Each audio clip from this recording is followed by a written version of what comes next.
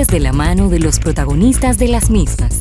Aquí te informarás de primera mano. Mira, y dando las gracias a nuestros amigos de Altiz, Juntos Sin Límites, por esta entrevista del día de hoy.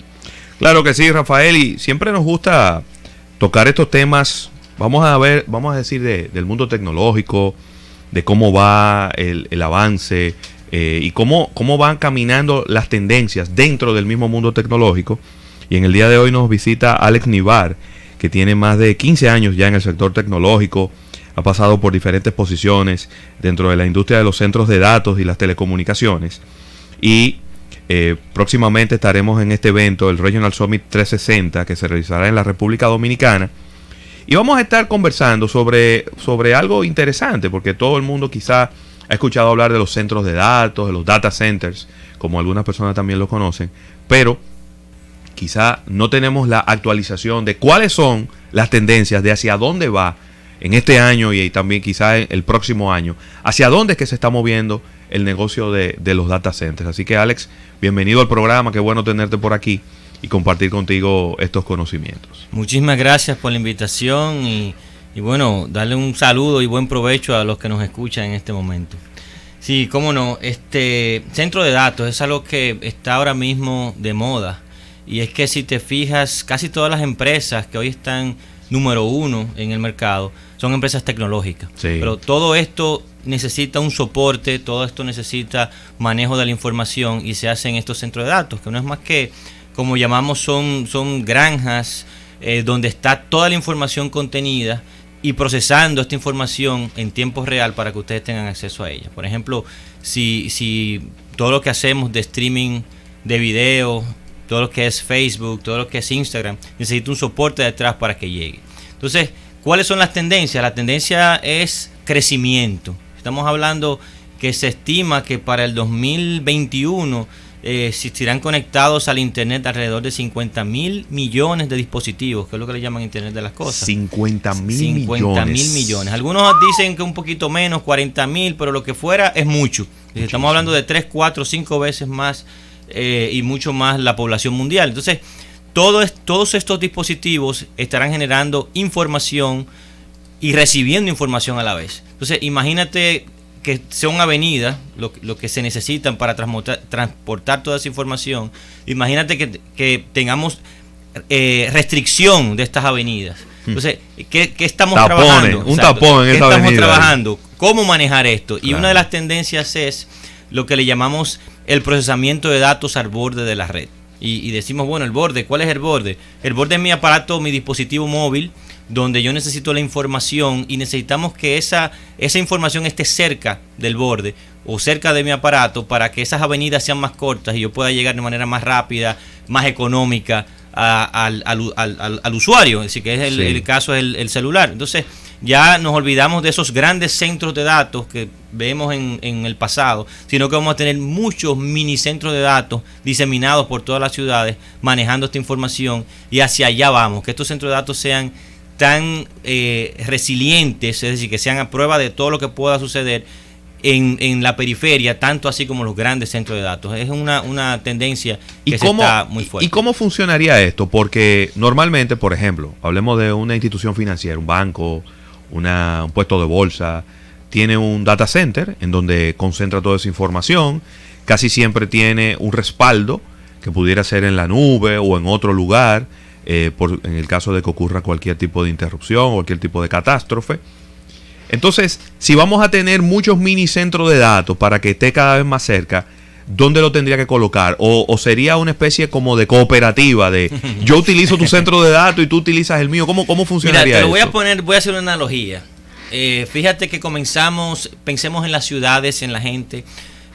Comienzan pequeñas, y en una ciudad tenemos un pequeño supermercado, tenemos un hospital, tenemos todo centralizado. Sí. Luego las ciudades comienzan a expandirse hacia el borde, y ya tú necesitas pequeñas universidades, pequeños colegios en diferentes partes de la ciudad. Okay.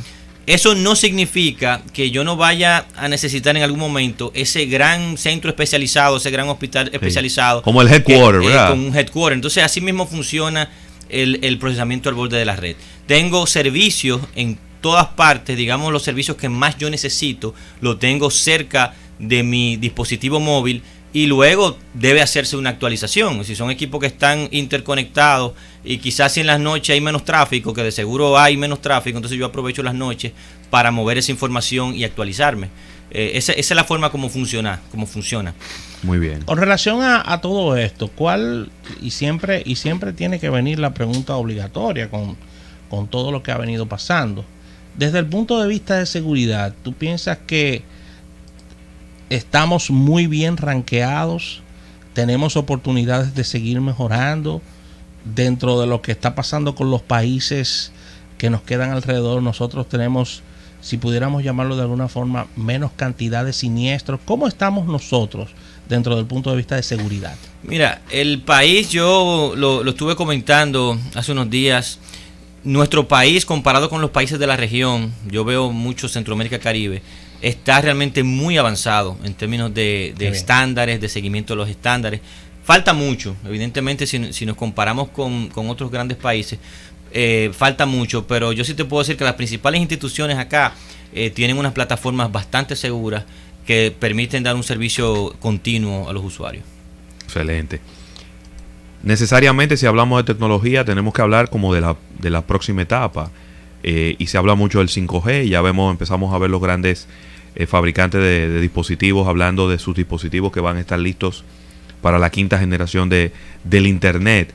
¿Cómo afectará eso lo que tenemos desde el punto de vista de centros de datos? Porque, como bien tú dices, ya no va a ser solamente la computadora o el teléfono inteligente que se va a conectar, sino que todo se va a conectar. Los carros se van a conectar, los acondicionadores de aire, las neveras, las estufas, las bocinas inteligentes, los televisores, todo se va a conectar, y al final todo eso va a generar data que tiene que ir a un lugar, y ese lugar es un centro de datos, ya sea privado, ya sea público, ya sea del fabricante o de quien sea.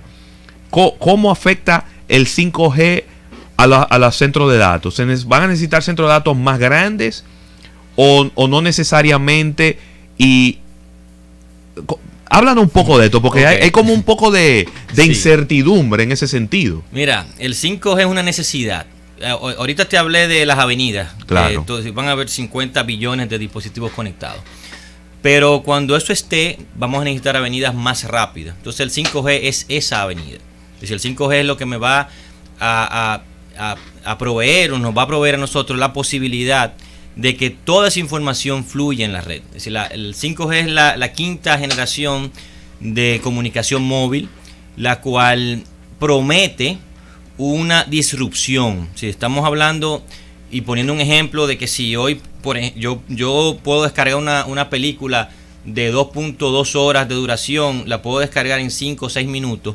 Con 5G yo la puedo descargar en 3 segundos. Es decir, una velocidad impresionante. Wow. Y es lo que nos va a habilitar a nosotros para poder tener vehículos autónomos en las calles que puedan tomar unas decisiones rápidas, ciudades inteligentes, la cibermedicina, que estamos todavía comenzando, pero cuando eso esté a máxima explosión, necesitamos avenidas que nos permitan hacer eso, y el 5G es lo que va a habilitar eso.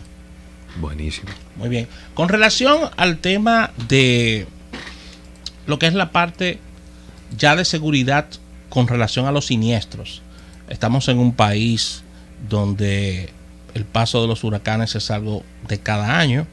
Estamos en un país que hemos visto, por razones de crecimiento que han aumentado, y esto es natural en los países, los siniestros como fuego en empresas y todo este tipo de cosas. Sí. Desde el punto de vista de protocolos para esta situación, estos siniestros, estamos en un muy buen timing, estamos preparados, estamos dando respuesta rápida a los clientes, tanto individuales como corporativos.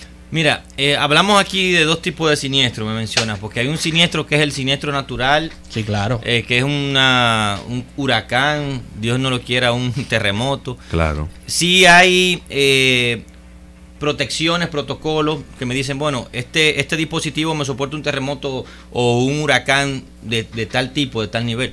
Llega un momento que la fuerza de la naturaleza es impredecible, y para eso está lo que me dicen de tener redundancias en la nube, en otros países. Ejemplo. Nosotros lamentablemente tenemos que depender de otros países que sean más seguros y tener entonces esas redundancias en otros países. Pero también están los siniestros provocados por descuido, es decir, siniestros quizás por no seguir los protocolos, de tener una supresión de incendio, de tener un equipo de UPS, por ejemplo, confiable, con buenas baterías, un buen aire acondicionado de precisión y redundancia. Entonces ahí sí también hay normas, protocolos que se siguen, hay instituciones que dan todos los parámetros que hay que seguir para que sea una continuidad de un 99.999%, nunca existirá el 100%. De hecho, nuestro trabajo en Vertiv es proveer esa continuidad al máximo posible que se pueda. Excelente. Qué bueno. Hay obviamente diferentes tipos de centros de datos, dependiendo del tamaño y la necesidad de la empresa. No sé, sin entrar quizá en muchos detalles técnicos, pero ¿cuáles son esos centros de datos, diferentes tipos de centros de datos que pudiera necesitar una empresa y que ustedes como Vertiv se los proporcionan a los clientes? Sí, mira, los centros de datos los podemos dimensionar desde tamaño. Hablamos de centros de datos hiperescala. Aquí todavía no tenemos un centro de datos de ese tamaño. Hablamos de miles de metros cuadrados de computadoras.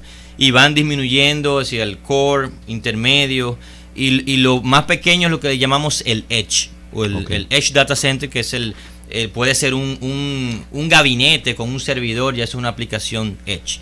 También lo podemos dividir de acuerdo a la protección. Hablamos, por ejemplo, de un centro de datos Tier 3, Tier 4, Tier 5, que ya depende de la cantidad de equipos que están soportándolo, las configuraciones, para evitar ciertas cosas. Por ejemplo, si se va la energía en un circuito, como teníamos a veces que teníamos 2 circuitos, bueno, aquí está el otro circuito, por si pasa algo de manera automática. Entonces también lo podemos catalogar de esa manera, en esos 2 rangos. Buenísimo. Desde el punto de vista técnico, ¿cómo están los técnicos en nuestro país con relación a todos estos, diríamos que dispositivos, aparatos que dan vida a estos centros?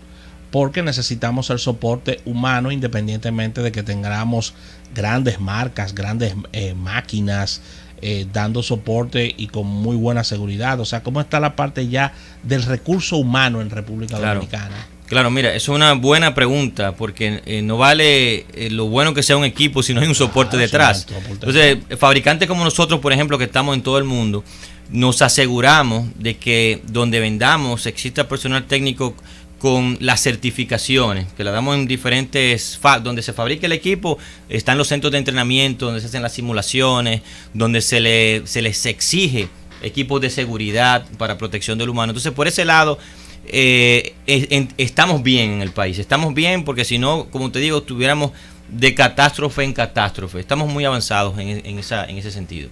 Qué bueno. Qué bien, excelente. Estamos pasando con buenas notas, Ravelo, eso es importante. Vamos bien. Muy importante, porque al final de la historia tú puedes tener quizá el soporte de una empresa internacional, pero ese soporte se toma tiempo en venir. Correcto. Estamos en una isla y por donde quiera que vengas, vas a tener que venir en un barco, en un avión. Correcto. Vas a tener que venir a algún sitio y se va a tomar tiempo. Entonces, los primeros auxilios siempre serán locales. Es el mismo concepto del borde. Hay que tener todo cerca del borde, cerca del usuario, y así nos ocupamos de que sea. Buenísimo. Para las personas que nos están escuchando y que quizás necesitan algún tipo de ampliación de su centro de datos, o que quizás ya están en el momento de que no pueden tercerizarlo y quieren tener su centro de datos propios, sería bueno quizás darle los puntos de contacto de Vertiv para que se acerquen a ustedes y ustedes le hagan un assessment de lo que necesitan. Claro. Mira, aquí en el país, en República Dominicana, tenemos una oficina digamos, para asesoría, con los teléfonos 809-683-3316, o también pueden entrar a nuestra página vertiv.com, perdón, donde ahí está toda la información, e incluso por país los contactos que se necesita, white papers, hay mucha información de soporte, pero aquí estamos en ese número y pueden contactarnos. Vertiv, que es V corta al inicio y V corta al final. V corta al inicio, o sea, es V corta ERTIV.com. Exactamente. Sí. Así que comienza con V, termina con V. Exactamente. Para que sepan cómo bien escribirlo. De todas maneras, le vamos a dejar el video en nuestro canal de YouTube y también el audio a través de nuestra aplicación a las personas que no han podido tomar la entrevista desde el inicio. Gracias a Alex Nivar de Vertif en la República Dominicana, el gerente de país para toda América Latina y el Caribe. Y gracias por darnos todas estas actualizaciones sobre este tema de los centros de datos, que son cosas como que el ciudadano de a pie no lo ve. Está todo metido en un cuarto muy frío siempre. Muy frío siempre. Y muy seco también, porque no puede haber mucha humedad. Eso es correcto. Sin embargo, es la razón por la cual usted ahora mismo puede hacer una transacción a través de su móvil, hacerle una transferencia a una persona y que en 5 segundos ya esté disponible el dinero del otro lado. Hay todo un mundo detrás. Qué buen ejemplo.